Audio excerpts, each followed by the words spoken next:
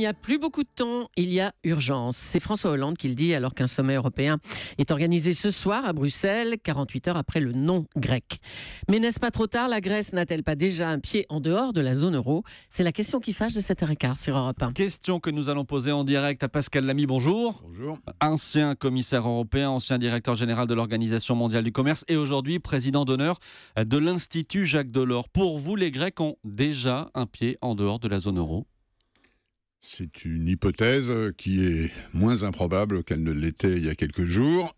Je pense que sortir de l'euro dans les circonstances actuelles, c'est-à-dire avec une économie grecque qui est en chute libre, des entreprises qui ferment partout, des boutiques qui sont vides, plus de cash, ce serait bien plus dur pour la suite, pour le peuple grec, que de rester à l'intérieur de l'Union. Mais cette question est ouverte.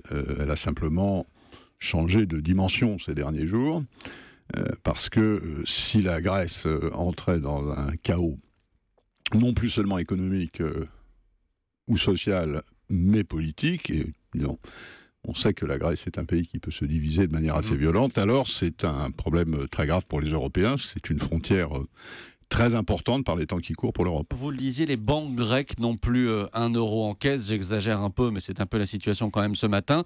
Elles vont rester fermées jusqu'à nouvel ordre. Pour vous, c'est le signe que le mécanisme de sortie de la zone euro est déjà enclenché ?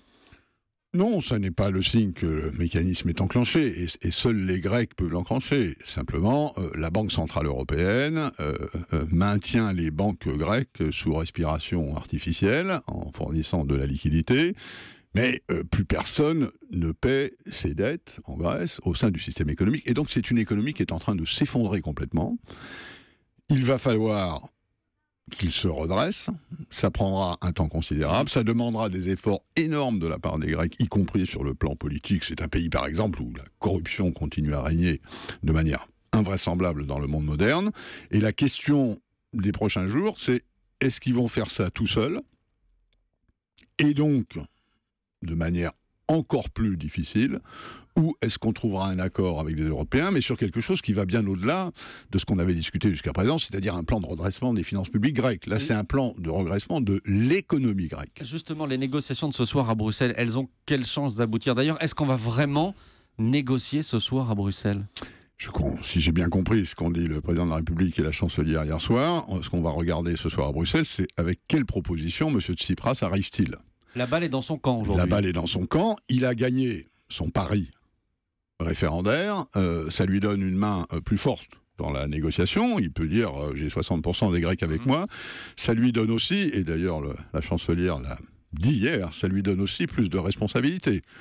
Il est maintenant en position de faire accepter des conditions qu'il accepterait dans cette négociation à son peuple, alors que ça n'était pas le cas avant. Pour vous, il sort renforcé de ce référendum? Pour moi, il sort renforcé de ce référendum, à la fois vis-à-vis, encore une fois, de ses partenaires, mais aussi son autorité sur son propre parti, sur ses propres troupes, est renforcée. Et donc, beaucoup va dépendre maintenant de Tsipras lui-même. C'est vraiment, lui, l'interlocuteur. Mais vous parlez des partenaires de la Grèce. Hier, Angela Merkel a bien dit que pour elle, l'Europe avait déjà été très généreuse vis-à-vis de la Grèce. Son ministre de l'économie, le ministre allemand, lui explique qu'il faut maintenant peut-être se pencher sur une aide humanitaire aux Grecs. Une aide humanitaire, est-ce que ces expressions-là ne sont pas la preuve que les Allemands ont déjà tourné la page?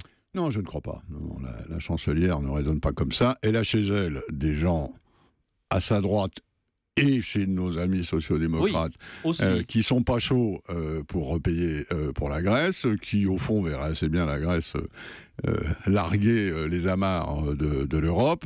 Je pense que ça n'est pas sa vision. Elle est chancelière. Elle laisse monter, si je puis dire, sur le front des troupes des gens qui sont plus en phase avec l'opinion publique allemande. Il faut comprendre que les Allemands n'aiment pas payer pour les Grecs, et elle a raison de dire que jusqu'à présent, l'Europe a fait prendre beaucoup de solidarité. La question maintenant, c'est quelle est, dans cette négociation, combien de solidarité, combien de discipline, combien de réformes, et bien, on va appeler ça de l'austérité, reconstruire des institutions publiques, mettre en place un système judiciaire qui n'est pas corrompu, ça n'est pas de l'austérité, ce sont des réformes structurelles indispensables, profondes. Est-ce que la Grèce fera ça, encore une fois, toute seule, ou avec du soutien européen, c'est la question des prochains jours. Vous parliez de l'opinion allemande, Pascal Lamy. Il y a aussi l'opinion française. Ce matin, sondage dans le Parisien, on découvre que 50% des Français, désormais, 50%, on vient juste d'atteindre cette barre-là, sont pour que la Grèce sorte de la zone euro. Ça aussi, ça peut compter. Si ce chiffre continue à grimper comme il le fait aujourd'hui. Oui, vous avez raison, et je pense qu'il y a certains Français qui se disent que ça leur a déjà coûté cher, pour ceux qui savent faire les comptes, et il y en a quelques-uns, et que ça suffit. Mais regardons un peu au-delà de ça. Il arrive aujourd'hui plus de migrants tous les jours en Grèce qu'il n'en arrive en Italie. Il y a 60 000 Syriens qui sont arrivés en Grèce au cours de ce dernier mois.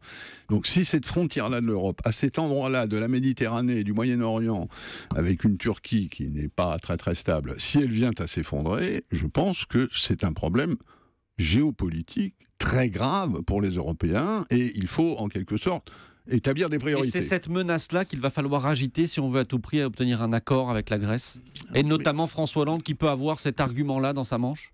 Mais je pense que même la chancelière est tout à fait consciente de cela. Vous savez, il y a énormément de Turcs en Allemagne, et c'est une région qu'ils connaissent bien. Donc c'est à eux, en quelque sorte, de porter le regard au bon niveau, qui est peut-être, même si ce mot est parfois un peu galvaudé, celui de l'histoire. Une toute dernière question, Pascal Lamy. Hier, à cette même place, Daniel Cohn-Bendit proposait de constituer une équipe de médiateurs autour de Jacques Delors pour tenter justement d'aboutir à une solution avec Athènes. Vous êtes l'un des proches de Jacques Delors. Est-ce que c'est une mission qu'il pourrait remplir ? Je crois que c'est une bonne idée, c'est sympa de la part de Cohn-Bendit, comme d'habitude. Je crois d'ailleurs qu'il avait associé le chancelier Schmitt à cette idée. Et c'est vrai que Delors garde une aura, un nom incroyable dans la population grecque. Mais disons, Delors va avoir 90 ans dans quelques jours, il n'est pas dans sa meilleure forme physique, la tête va très très bien. Je pense que ce serait aller lui demander quelque chose qui va un peu au-delà de ses forces actuelles, mais disons, je suis sûr qu'il a trouvé ça sympa de la part de Cohn-Bendit. Voilà qui est dit. Merci beaucoup. Merci Pascal Lamy d'être venu en direct ce matin sur Europe 1. Merci à vous.